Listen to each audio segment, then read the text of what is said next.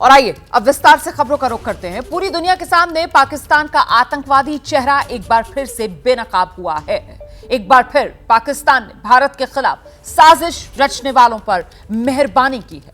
दरअसल भारत में terror funding मामले में सजा याफ्ता आतंकवादी की पत्नी को जो अंतरिम सरकार पाकिस्तान में बनी है उसमें जगह दी गई है। तो यासीन मलिक की पत्नी, जिसे पाकिस्तान में जो नई सरकार बनी है, अंतरिम सरकार, उसमें जगह दी गई है। भारत के खिलाफ साजिश रचने के लिए दुनिया में पाकिस्तान बेनकाब हो चुका है। अब आतंकवादियों के समर्थन में खुलकर पाकिस्तान आ रहा है। भारत की तिहाड़ जेल में बंद है आतंकवादी यासीन मलिक और उसी की पत्नी पर पाकिस्तान मेहरबान। पत्रकारिता कोई इमोशन नहीं है, ना अपना कोई ज्ञान देना है और ना कोई विचार थोपना है। पत्रकारिता क्या है? पत्रकारिता का मतलब है सही जानकारी इकट्ठा करना और तथ्य बताना। पत्रकारिता आज जितने महत्वपूर्ण दौर में है, शायद पहले नहीं थी। इस दौर से निकलने के लिए सिर्फ सच दिखाने की जरूरत है, वो सच जो आपके हित को आगे रखे। इसलिए अब रात 9 बजे प्राइम टाइम नहीं होगा, ये आपका टाइम है। जगविंदर पटियाल के साथ देखिए पब्लिक इंटरेस्ट, सोमवार से शुक्रवार रात 9 बजे सिर्फ एबीपी न्यूज पर। एबीपी न्यूज आपको रखे आगे।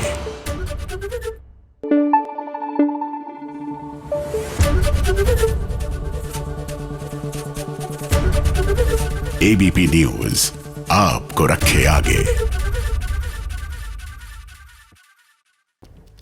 इसी पर और बातचीत के लिए सीधे आपको लेकर चलेंगे। हमारे साथ हमारे दो सहयोगी इस वक्त मौजूद हैं। इस्लामाबाद से जमीर अली डिथो हमारे साथ जुड़ रहे हैं और साथ ही आप देख सकते हैं मेरे साथ मेरे सहयोगी आशीष कुमार सिंह भी इस वक्त न्यूज रूम से मौजूद है। मैं पहले आपको जमीर के पास लेकर चलूंगी। जमीर, ये मिसाल मलिक को जिस तरीके से अंतरिम सरकार में जगह दी गई है, काबिलियत क्या है? भारत में जेल में बंद आतंकवादी यासीन मलिक की पत्नी है, यही सबसे बड़ी काबिलियत मिसाल मलिक की?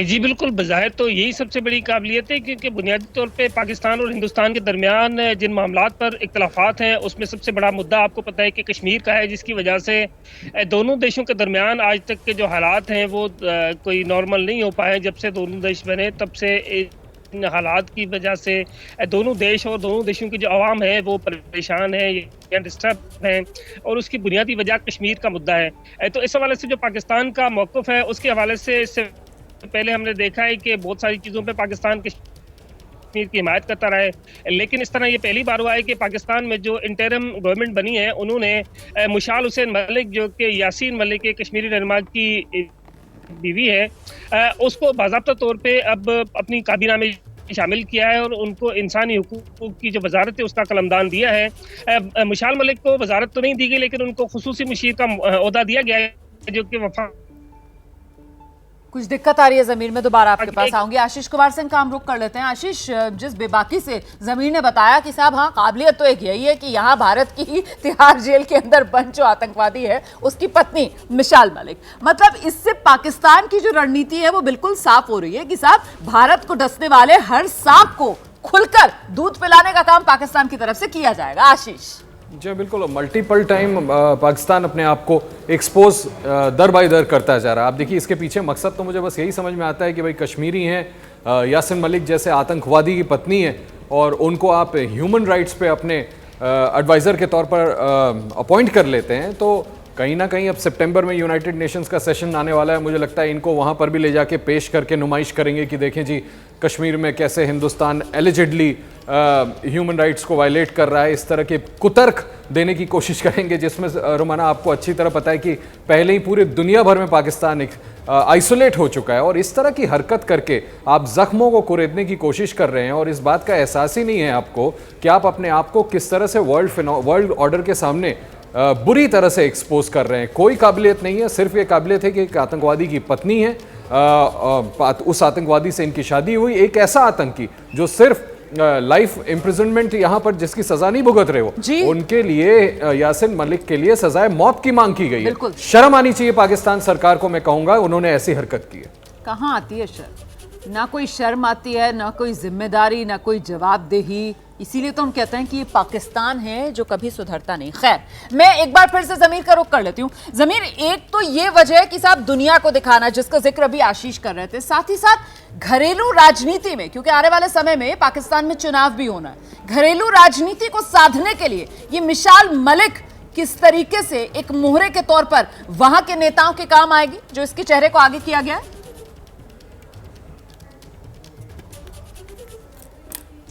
जी रुमाना, मुझे आपका सवाल कुछ समझ आया था, कुछ नहीं आया था, लेकिन जिस तरह आपका सवाल था, मेरे हिसाब से पाकिस्तान में जो नई पॉलिसीज आनी है आने वाले दिनों में, जिसको आप इंटरिम गवर्नमेंट से ही रिलेट करके आगे समझ सकते हैं, उसमें हमें एक चीज़ बिल्कुल वाज़ेह नज़र आ रही है कि जिस तरह हमें पहले हमारा ये ख्याल था कि हिंदुस्तान और पाकिस्तान के दरमियान जो मामलात हैं उसमें कोई सुधार आएगा, कोई बातचीत होगी, हिंदुस्तान और पाकिस्तान के दरमियान कोई ट्रेड के खुलने के मामलात सामने आएंगे। लेकिन इस वक्त जो गवर्नमेंट के फैसले हैं उनको देख के ऐसा लगता है कि पाकिस्तान और हिंदुस्तान के जो मामलात हैं वो मजीद कशीदा होंगे। हिंदुस्तान और पाकिस्तान के दरमियान जो ताल्लुकात हैं उस पर मजीद कशीदगी आएगी और बजाय हालात में बेहतरी आने के इस हालात की मजीद कशीदगी हमें देखने को मिल रही है, क्योंकि हिंदुस्तान और पाकिस्तान के दरमियान सबसे जो अहम मुद्दा है वो है ही कश्मीर का। तो कश्मीर पे पाकिस्तान का अपना एक मौक़िफ़ है और हिंदुस्तान का अपना मौक़िफ़ है, लेकिन इससे पहले हमने देखा है तो उसमें यही वाज़ेह हमें नजर आता था कि हिंदुस्तान अपने मौक़िफ़ पे कायम था और पाकिस्तान अपने मौक़िफ़ पे कायम था, लेकिन पाकिस्तान कभी भी इसमें पार्टी बनने की कोशिश नहीं की थी।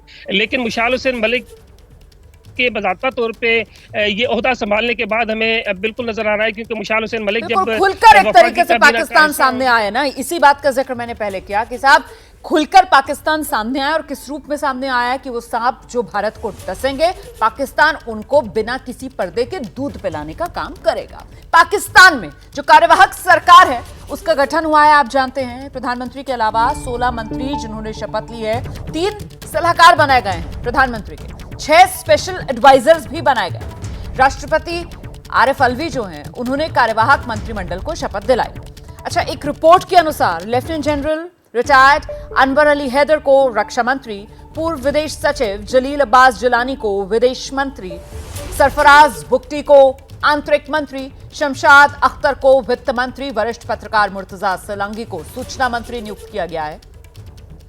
जो पाकिस्तान की नेशनल असेंबली है उसे 9 अगस्त को ही भंग कर दिया गया था, जिसकी वजह से शहबाज शरीफ के नेतृत्व वाली सरकार का जो कार्यकाल है वो खत्म हुआ।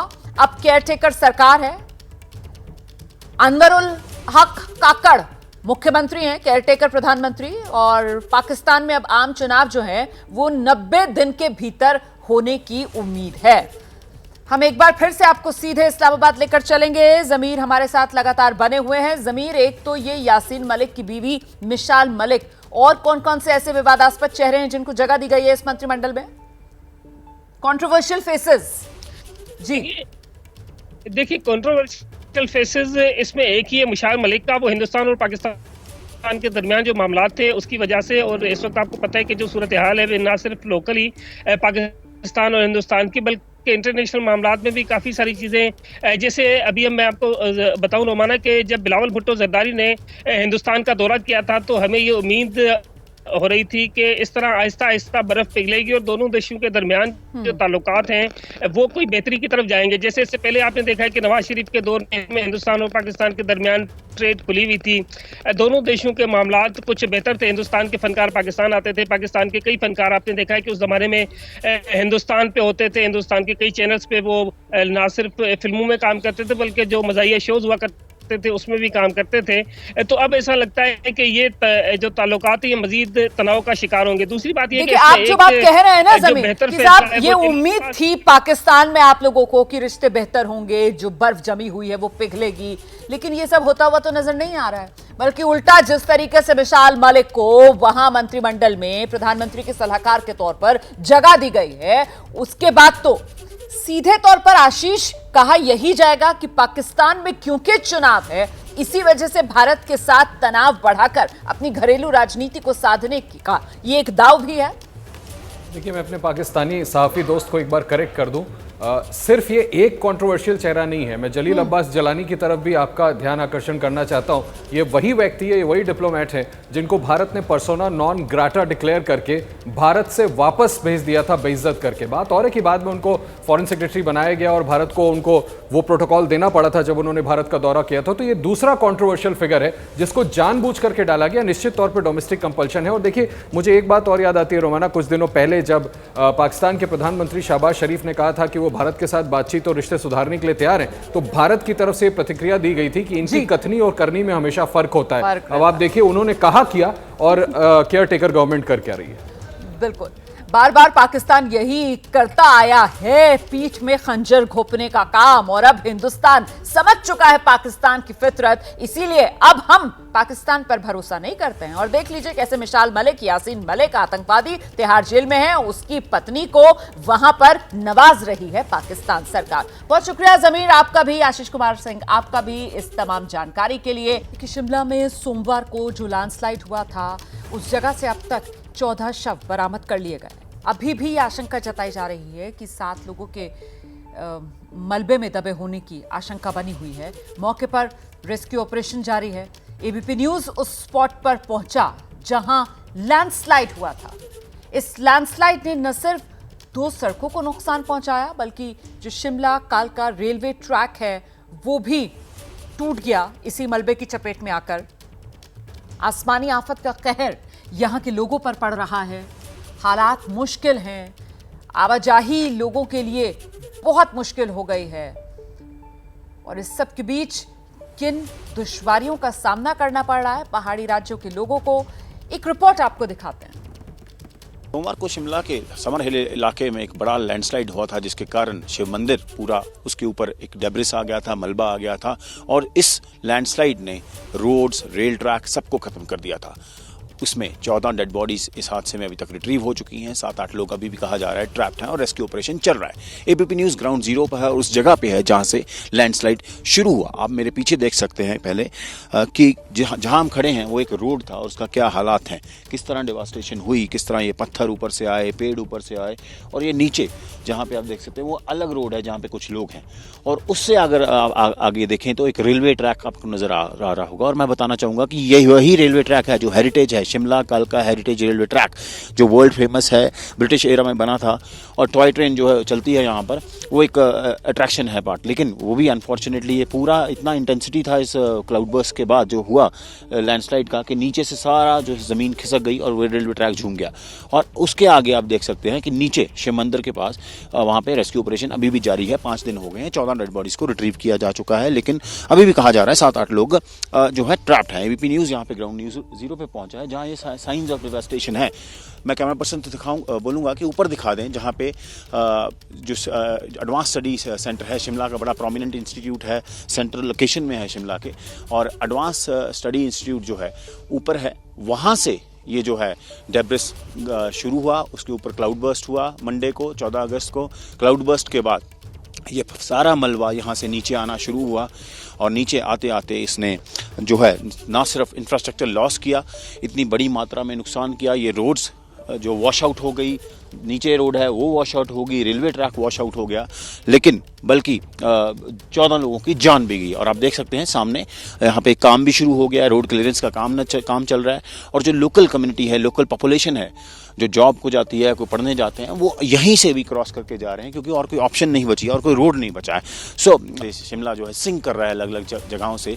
और अब हम आपको यही रिपोर्ट दिखाना चाहते थे कि किस तरह ये साइंस ऑफ डिवास्टेशन हुई, किस तरह ये लैंडस्लाइड आया और उसने ह्यूज इम्पैक्ट जो किया है। कैमरा पर्सन मेहरबान के साथ असीम बस्सी, एबीपी न्यूज़ शिमला।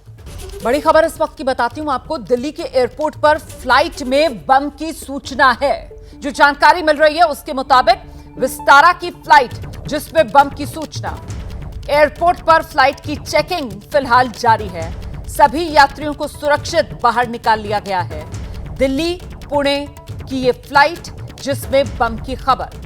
और इसी के बाद इस वक्त विस्तारा एयरलाइंस की इस फ्लाइट में चेकिंग जारी है। सभी यात्रियों को डिबोर्ड कर लिया गया है, बाहर निकाल लिया गया है और अब दिल्ली पुणे के बीच ये जो फ्लाइट थी जिसमें बम की खबर है उसकी चेकिंग की जा रही है। हम सीधे रुख करते हैं, मेरे साथ मेरे सहयोगी रविकांत इस वक्त मौजूद हैं। रविकांत, क्या डिटेल्स मिल रही हैं? किस वक्त ये बम की सूचना मिली? क्या उस समय तक यात्री विमान के भीतर दाखिल हो चुके थे और कब से ये चेकिंग चल रही है? अभी तक का अपडेट क्या है? रोमाना, ये करीब 1 से 1.5 घंटे के पहले बम की खबर आई। उस समय तक जो पूरे यात्री थे दिल्ली पुणे विस्तारा फ्लाइट के, वो बोर्ड कर चुके थे। बम की खबर आने के तुरंत बाद सारे यात्रियों को डिबोर्ड कराया गया है, उनका सारा लगेज उतारा गया है और पूरी फ्लाइट को और जितने भी लगेज है उन सब की चेकिंग हो रही है। और प्रक्रिया ये है कि जितने भी यात्री हैं उन सब की भी बारी बारी से चेकिंग होगी। लेकिन विस्तारा से हमारी बात हुई है, विस्तारा का कहना है कि हम अपने कस्टमर्स का ख्याल रख रहे हैं, उनको रिफ्रेशमेंट वगैरह सर्व किया गया है और जो चेकिंग की प्रक्रिया है वो अभी भी जारी है। रुमाना, तो ये जो यात्री हैं इनको फिलहाल कहाँ रोका गया है? आप कह रहे हैं कि जो एयरक्राफ्ट है उसकी चेकिंग चल रही है अलग से और यात्रियों को भी एक जगह पर रखा गया है, उनकी भी चेकिंग की जाएगी। तो उनको कहाँ रखा गया है फिलहाल? किस टर्मिनल पर मौजूद है ये? किस एरिया में? जो आइसोलेशन बे होता है, उस आइसोलेशन बे में एयरक्राफ्ट को रखा गया है और उसके पास में ही एक लाउंज है जो कि आउटर एरिया में लाउंज है। उस लाउंज में इन सारे यात्रियों को रखा गया है। जो स्थिति है उसमें ये सारे यात्री अब दोबारा से अगर बोर्ड करना होगा तो CISF की पूरी चेकिंग के बाद ही ये बोर्ड कर पाएंगे। ठीक है, एक सवाल का जवाब और दे दीजिए। इस खबर के बाद जो एयरपोर्ट है वहां पर विमानों की आवाजाही में किसी तरीके की कोई दिक्कत आ रही है क्या? कुछ देरी से फ्लाइट्स उड़ रही हैं क्या? अब इस तरीके का कोई अपडेट? विमानों की आवाजाही में कोई रुकावट अभी फिलहाल नहीं है क्योंकि इस एयरक्राफ्ट को आइसोलेशन बे में रखा गया है और दिल्ली एयरपोर्ट पर ये पूरी सुविधा है कि काफी बड़ा है, क्योंकि 4 रनवे का एयरपोर्ट है तो आइसोलेशन बे काफी दूर होता है। उसमें ये सारी प्रक्रिया चल रही है जिससे जो विमानों की आवाजाही है उसमें कोई दिक्कत नहीं आई है। रोमाना, अच्छा, ये सूचना किस तरीके से मिली? ये एयरलाइंस को सूचना दी गई, एयरपोर्ट पर ये सूचना दी गई, मतलब ये जानकारी मिली कैसे? इसके बारे में कोई जानकारी? ये जानकारी सबसे पहले दिल्ली पुलिस के पास आई है उनके सूत्रों से और उसके बाद दिल्ली पुलिस के ही इनिशिएटिव पर ये सारी चेकिंग की जा रही है। रोमाना, बड़ी जानकारी आप दे रहे हैं। आप कह रहे हैं कि साहब दिल्ली पुलिस को ये सूचना दी गई थी। हमारे साथ हमारे सहयोगी मनोज वर्मा इस वक्त मौजूद है। मनोज, दिल्ली पुणे के बीच की ये फ्लाइट जिसमें बम की खबर, दिल्ली पुलिस को क्या किसी तरीके की कोई कॉल जो आई थी वो क्या धमकी वाला अंदाज था, आगाह करने वाला अंदाज था? क्या सूचना दी गई थी? क्या अपडेट है मनोज? जी बिल्कुल, देखिए रोमाना, आपको बताना चाहूंगा कि ये जो कॉल थी वो 8:53 पर मिली थी और जैसे ही ये कॉल मिली थी इसके बाद फ्लाइट जितने भी पैसेंजर्स थे उन सभी को बाहर उतार लिया गया था। फिलहाल दिल्ली पुलिस के जो अधिकारी हैं उनसे हमारी बातचीत हुई है। उनका साफ तौर पर कहना है कि चेकिंग अभी चल रही है लेकिन अभी तक भी किसी तरीके का कोई बॉम्ब नहीं निकला है। इस तरीके की पहले भी कॉल्स कई बार आती रही हैं जो बात हॉक्स निकल जाती है, यानी किसी की शरारत निकलती है। तो कहीं ना कहीं पुलिस को भी यही लग रहा है कि हो सकता है किसी की शरारत हो, लेकिन एहतियात के तौर पर भी पूरी फ्लाइट को चेक किया जा रहा है। इसके अलावा जितने भी यात्रियों का सामान था उनको भी चेक किया जा रहा है। बड़ी जानकारी दे रहे हैं मनोज वर्मा। सुबह 8:53 पर ये कॉल जो दिल्ली पुलिस के पास आई थी, दिल्ली पुणे विस्तारा की फ्लाइट में बम की खबर की और इसी के बाद अब विमान में जितने यात्री मौजूद थे सबको बाहर निकाला गया, विमान की चेकिंग की जा रही है, यात्रियों को आइसोलेशन बे में रोका गया है और उनकी भी चेकिंग की जाएगी। फिलहाल इस बात की आशंका को भी खारिज नहीं किया जा रहा है कि हो सकता है ये एक होक्स कॉल रही हो। इस वक्त की बड़ी खबर शिमला से। लगातार बारिश और पहाड़ टूटने की वजह से अंग्रेजों के जमाने से बनी building Indian institute of advance study में दरार आ गई। ब्रिटिश काल में शिमला जो है वो गर्मियों में देश की राजधानी हुआ करती थी। अंग्रेज शिमला चले जाते थे। ये जो बिल्डिंग है जिसमें दरार आई है उसी बिल्डिंग से अंग्रेज हिंदुस्तान पर शासन करते थे। ये बिल्डिंग कई ऐतिहासिक घटनाओं की गवाह रही है। जिस शिमला सम्मेलन में भारत पाकिस्तान के बंटवारे का फैसला हुआ था वो सम्मेलन भी इसी इमारत में हुआ था। आजादी के बाद 1964 में भारत सरकार के शिक्षा मंत्रालय ने इस बिल्डिंग को Indian institute of advance studies के तौर पर स्थापित किया। 20 अक्टूबर 1965 से ये इसी तौर पर काम कर रही है इमारत। हम सीधे आपको लेकर चलेंगे, हमारे साथ हमारे सहयोगी असीम बसी इस वक्त मौजूद हैं। जरा जानते हैं असीम बसी से। असीम, दिखाइए जरा किस तरीके से इस बार की बारिश के मौसम में ये जो ऐतिहासिक इमारत है ये भी कहीं ना कहीं नुकसान की चपेट में आती नजर आ रही है। जी हाँ रमाना, क्योंकि ये बड़ा हिस्टोरिकल स्ट्रक्चर है। मैं आपको बता दूं 1888 से लेकर 1947 तक ये वाइसरॉय रीगल लॉज था, जहां वाइसरॉय ऑफ इंडिया रहते थे। और 47 से बाद 65 में इसको जो है राष्ट्रपति भवन रहा, और उसके बाद यहाँ पर इंडियन एडवांस स्टडी इंस्टीट्यूट बना, जहाँ देश भर से रिसर्च आते हैं। अब इम्पॉर्टेंट क्या है कि जो शिमला में, हिमाचल में वेदर की मार है, आप देख सकते हैं इस हिस्टोरिकल बिल्डिंग के कुछ सिंक होना शुरू हो गया। एक साइड पे इसका हिस्सा सिंक कर रहा है। ये कैमरे में आप देख सकते हैं, ये दरारें हैं जो इन्होंने खुद सीमेंट लगा के कवर की हैं। ये सारी दरारें आप देख सकते हैं कैमरा में किस तरह ये सब दरारें आनी शुरू हो गई। ये हिस्सा जो है आगे को सिंक होना शुरू हो गया है, उस तरफ को मोल्ड कर दिया है इस पूरे वेदर ने, और यही कारण है कि इन्होंने सीमेंट से इसको कवर किया। ये काफ़ी बड़ा हिस्सा है जो सिंक हुआ है। और इन्होंने इंपॉर्टेंट ये है कि डिस्ट्रिक्ट एडमिनिस्ट्रेशन और म्यूनसिपल कॉरपोरेशन ने को लिखा है रिस्क असेसमेंट के लिए। जी हाँ, ये बहुत बड़ी खबर है कि रिस्क असेसमेंट के लिए ही लिखा है, क्योंकि रोमाना यही हिस्सा नहीं है, पिछली तरफ भी एक हिस्सा है जहाँ जब लैंडस्लाइड आया तो उसका एक पूरा बाउंड्री वॉल, जैसे ये जा रहा है उसका पूरा बाउंड्री वॉल नीचे गिर गया। लेकिन अब ये हिस्टोरिकली ब्रिटिश एरा की बिल्डिंग है, जहाँ की बहुत ज़्यादा इंपॉर्टेंट इवेंट्स हुए हैं, और ये जो दरारें आने शुरू हुई हैं ये एक कॉज ऑफ कंसर्न है। ये इस हिस्से में आप देख सकते हैं, ये सारी वो दरारें हैं जो सीमेंट से इन्होंने कवर की हैं। ये मैं आगे जाके भी दिखाऊंगा, ये वो सभी दरारें हैं जो सीमेंट से कवर की गई हैं ताकि इसको लॉस ना हो। लेकिन अब एक्सपेक्ट कर रहे हैं, क्योंकि 3 दिन पहले ये दरारें आई हैं, अब एडमिनिस्ट्रेशन और कॉर्पोरेशन इसको रिएक्ट करेगी और यहाँ पे इसको स्ट्रेंथनिंग के लिए काम किया जाएगा। लेकिन ये आगे को हिस्सा सिंक कर गया है। ये जो वॉल आप देख रहे हैं, इस वॉल के बियॉन्ड भी, इसके आगे भी विजिबल बड़े क्रैक्स आए हैं जो कि अब इसको कवर कर रहे हैं। लेकिन इनके लिए एक बड़ा कॉज ऑफ कंसर्न है, और वही कारण है कि इन्होंने रिस्क असेसमेंट के लिए लिखा है डिस्ट्रिक्ट एडमिनिस्ट्रेशन को, म्यूनसिपल कॉर्पोरेशन को।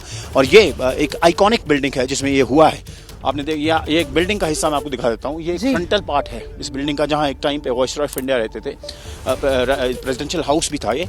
अब देश भर से यहाँ पे रिसर्च स्कॉलर्स और सब आते हैं जहाँ पे रिसर्च करने के लिए। जी रोमाना, बिल्कुल। असीम, आप ये तस्वीरें जरा दिखाते रहिए और इस जगह के बारे में और जानकारी भी देते रहिए। साथ ही साथ ये मुझे बताइए कि क्या जिस तरीके से नुकसान की तस्वीरें भी अभी आप दिखा रहे थे इस बिल्डिंग में, कोई ऐसा हिस्सा इस बिल्डिंग का जो पूरी तरीके से खाली कर दिया गया है, जहां अब कामकाज नहीं हो रहा है, जहां पर खतरा ज्यादा नजर आ रहा है, जो ज्यादा जर्जर हालत में है, कुछ इस तरीके की भी जानकारी सामने आ रही है क्या? जी हाँ, मैं आपको बता देता हूँ। ये बिल्डिंग का फ्रंट पार्ट है जहाँ हम खड़े हैं। ये जो क्रैक्स आपको मैंने अभी दिखाया ये फ्रंटल एरिया में है। लेकिन रोमाना, इसके पीछे का हिस्सा है जो कि एडमिनिस्ट्रेटिवली इंपॉर्टेंट नहीं है, वहाँ लोग क्लास व्लास कुछ नहीं है, लेकिन उनकी बाउंड्री वॉल है जो कोलैप्स कर गई है।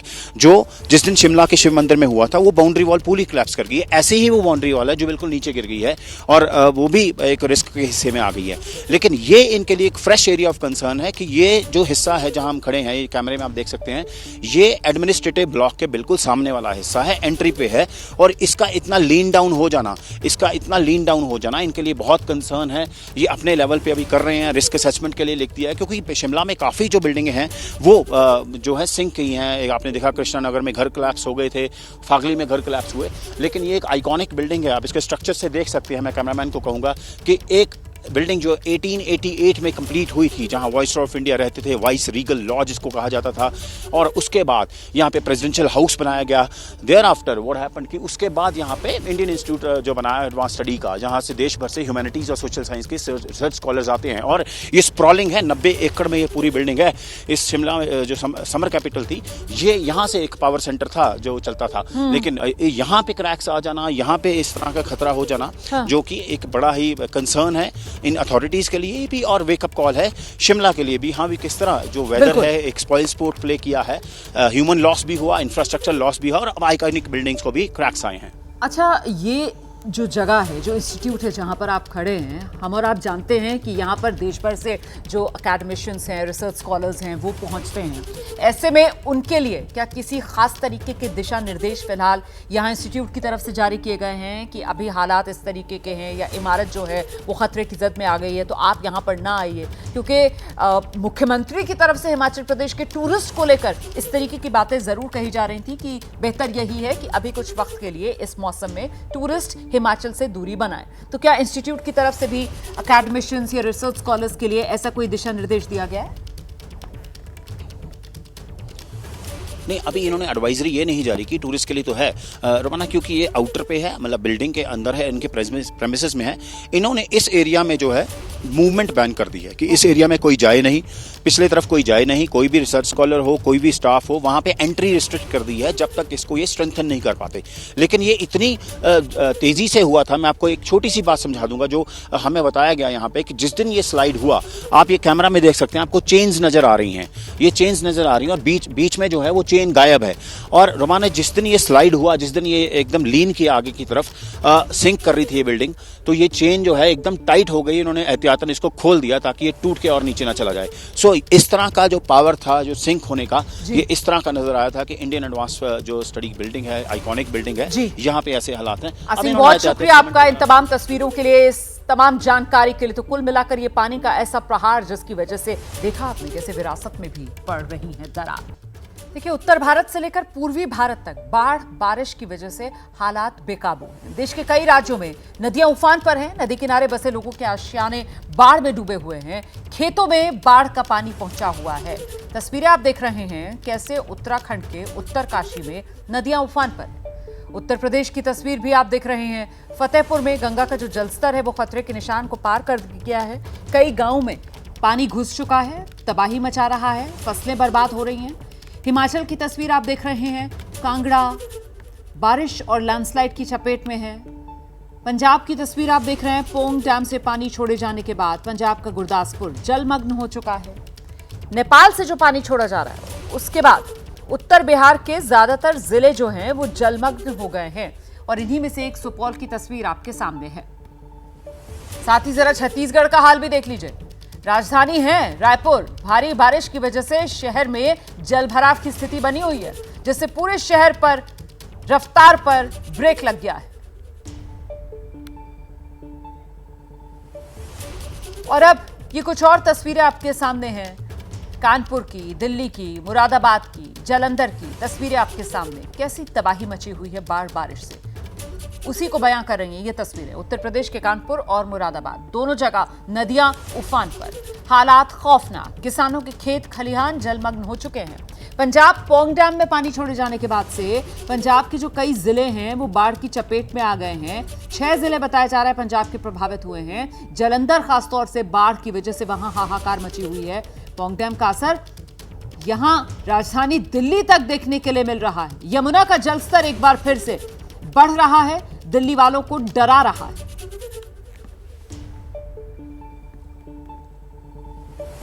और पहाड़ी राज्य उत्तराखंड के कोटद्वार में उफान पर मालन नदी के उफान में बाकायदा एक ट्रक बह गया। ड्राइवर ने किसी तरीके से वक्त रहते कूदकर अपनी जान बचा ली। देखिए जरा तस्वीर, देखिए आप, ट्रक कैसे मालन नदी के तेज बहाव में फंसा हुआ है। उत्तराखंड के कोटद्वार की ये तस्वीरें हैं। मालन नदी पर जो पुल बना हुआ था, जहां से ये ट्रक गुजरने की कोशिश कर रहा था, वो टूट गया पुल और उसके बाद ये ट्रक मालन नदी के बहाव में फंस गया। ड्राइवर ने कोशिश की लेकिन कुछ कर नहीं पाया और आखिरकार किसी तरीके से कूदकर ड्राइवर ने अपनी जान बचा ली, लेकिन ट्रक बह गया। वो ट्रक वाला इसे लेके भाग रहा है पे, बच जाएगा। वो भी फंस गया, वो भी डूब गया भाई साहब, वो भी डूबा पानी दे जाएगा। अरे उसको तो ठेल के निकाल देगा, उसको नहीं, जैसी वाला आ गया वहां से, ये तो पूरा डूब गया इंजन उसका।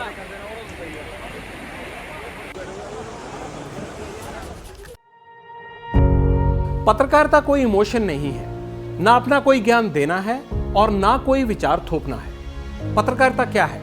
पत्रकारिता का मतलब है सही जानकारी इकट्ठा करना और तथ्य बताना। पत्रकारिता आज जितने महत्वपूर्ण दौर में है शायद पहले नहीं थी। इस दौर से निकलने के लिए सिर्फ सच दिखाने की जरूरत है, वो सच जो आपके हित को आगे रखे। इसलिए अब रात 9 बजे प्राइम टाइम नहीं होगा, ये आपका टाइम है। जगविंदर पटियाल के साथ देखिए पब्लिक इंटरेस्ट सोमवार से शुक्रवार रात 9 बजे सिर्फ एबीपी न्यूज पर।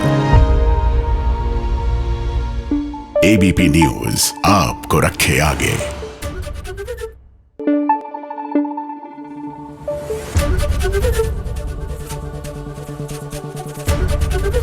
एबीपी न्यूज आपको रखे आगे।